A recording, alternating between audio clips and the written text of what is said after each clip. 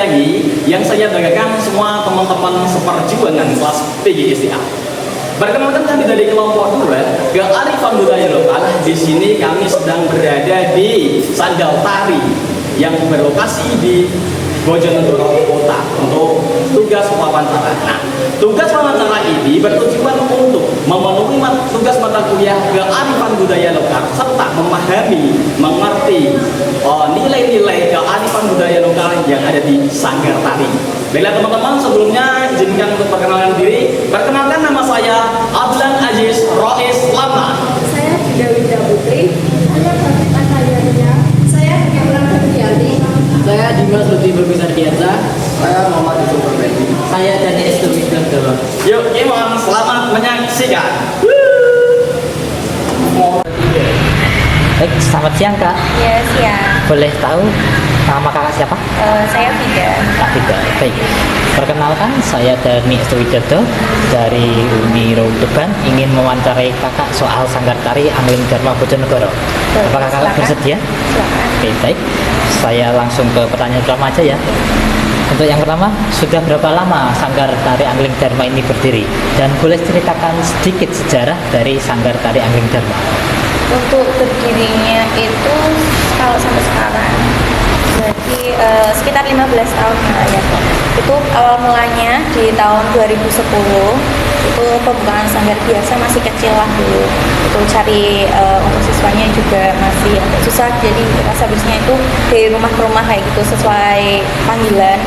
Terus setelah itu dapat izin berbadan hukumnya itu baru resminya 2013 gitu, sampai Sekarang. ya.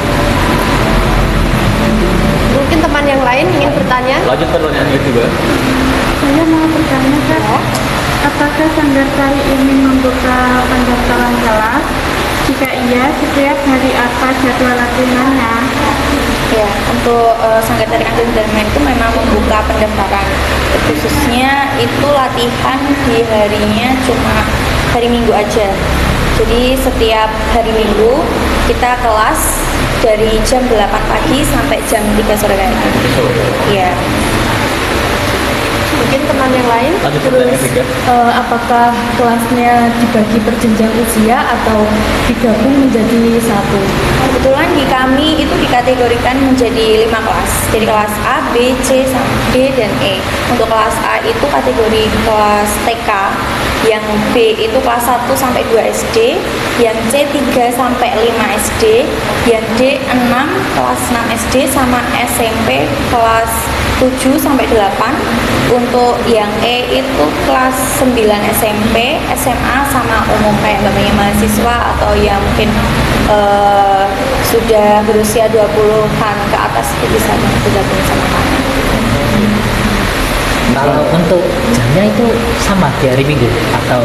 Harinya sama di hari Minggu, tapi jamnya berbeda. Jadi dimulainya pagi itu kita mulai dari kelas yang adik-adik kecil sampai sorenya itu yang besar. Jadi bertahap gitu. Ya. Sampai malam berarti?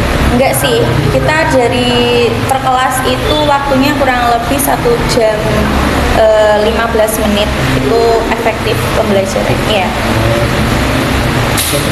Pertanyaan selanjutnya, apa saja jenis tarian yang diajarkan pada setiap jenjang usia? Untuk semua jenis kategori kelas kita selalu memberikan materi tarinya itu tarian tradisional daerah maupun kreasi modern. Jadi semuanya kita kasih materi ke adik-adik, jadi biar nggak monoton untuk tarian tradisional aja, tapi kita sekali-kali memberikan tarian kreasi dan juga mengikuti zaman juga gitu. Dari kelas A sampai kelas E. Iya. Itu nggak ada perbedaan mungkin untuk yang kelas A dari tari apa? Tidak ada perubahan. Ada, tentunya ada perbedaan karena kita juga menyesuaikan di jenjang usianya ya Kak ya. Kalau mungkin kelas A sama B masih kita kasih yang ya tari anak-anak lah, tapi yang modelnya ada yang tradisional sama yang kreasi. Kan sekarang juga banyak kreasi anak-anak itu. Begitupun dengan kelas C sampai dengan E itu menyesuaikan jenjang usianya. Oke, pertanyaan selanjutnya, Mbak. Berapa lama proses latihan yang diperlukan agar mahir membawakan tari daerah atau tari lainnya, Mbak? Oke, untuk berapa lamanya itu minimal ya, biasanya itu antara 5 minggu sampai bisa 8 minggu, bergantung juga pada potensinya anak-anaknya ini. Biasanya kan kadang Sering lupa. sering lupa kayak gitu, jadi kita harus mengulang Jadi masing-masing anak kan berbeda-beda. Iya, berbeda-beda. Jadi itu jenjangnya mungkin di sekitar 5 sampai 8 mingguan untuk satu tarian. Ini kan udah berdiri lama ya Kak. Iya. Untuk di tahun 2013 kan ini baru berkembang. Otomatis kan banyak tantangan dan hambatan. Mungkin tantangan dan hambatannya apa aja ya Kak? Mungkin di tantangan kalau di dalam mengajar ya, kalau di dalam mengajar ya itu dari potensi anaknya sendiri kan itu berbeda-beda. Jadi kita harus bisa memberikan pembelajaran yang terbaik buat adik-adiknya. Kita harus sabar sih, terutama yang buat kelas A, B, C itu kan soalnya anak-anak harus benar-benar sabar banget memproses mereka, melatih mereka biar tekniknya bagus, penariannya bagus kayak gitu. Terus semakin berkembangnya zaman sekarang juga kan banyak sanggar-sanggar yang berdiri. Kita gimana caranya kita harus mempertahankan saat kita biar tetap maju, tetap eksis, itu kita dengan mengadakan beberapa kali seperti outing kelas untuk promosi sanggar. Terus kita sering terlibat atau kolaborasi dengan beberapa kegiatan seperti itu. Baik, ada tambahan pertanyaan lagi dari teman-teman? Cukup pertanyaan. Baik, terima kasih Kak Vida sudah menjawab pertanyaan dari kami. Mohon maaf jika mengganggu waktunya. Baik, Pak. Terima kasih ya Kak. Ya, terima kasih. Sukses ya. Oke kan? Baiklah teman-teman, semoga video di kali ini dapat bermanfaat bagi teman-teman sekalian dan dapat menambah ilmu tentang sanggar tari.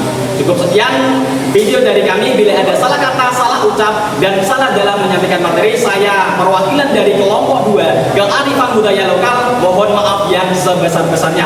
Bila taufik wal hidayah wa ridho wal inayah. Wassalamualaikum warahmatullahi wabarakatuh.